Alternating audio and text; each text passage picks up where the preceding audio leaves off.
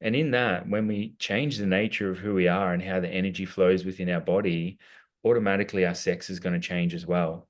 Because, if our heart and our sex aren't in alignment, if our actual physical anatomy isn't in alignment as well, too, then the energy is going to become dysfunctional.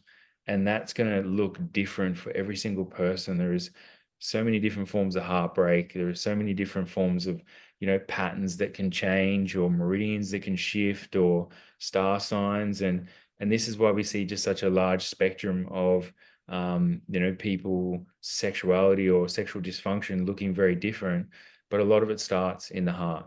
And when we can kind of come back to that as men and realize our level of sensitivity, our ownership of that, and start to do the work, which can sometimes take years for us to get to the space of having emotional bandwidth or capacity to be able to hold our deepest trauma.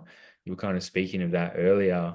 It's kind of like we're just building and building and building, and it's like the more capacity we get, either the more we feel or the more we help people as well too. So those articles are, I guess, maybe just a reflection of my inner deep dive into understanding my own anatomy, my own healing journey, and being able to share that with the world in a level of language that kind of makes sense for men to be able to decipher as well.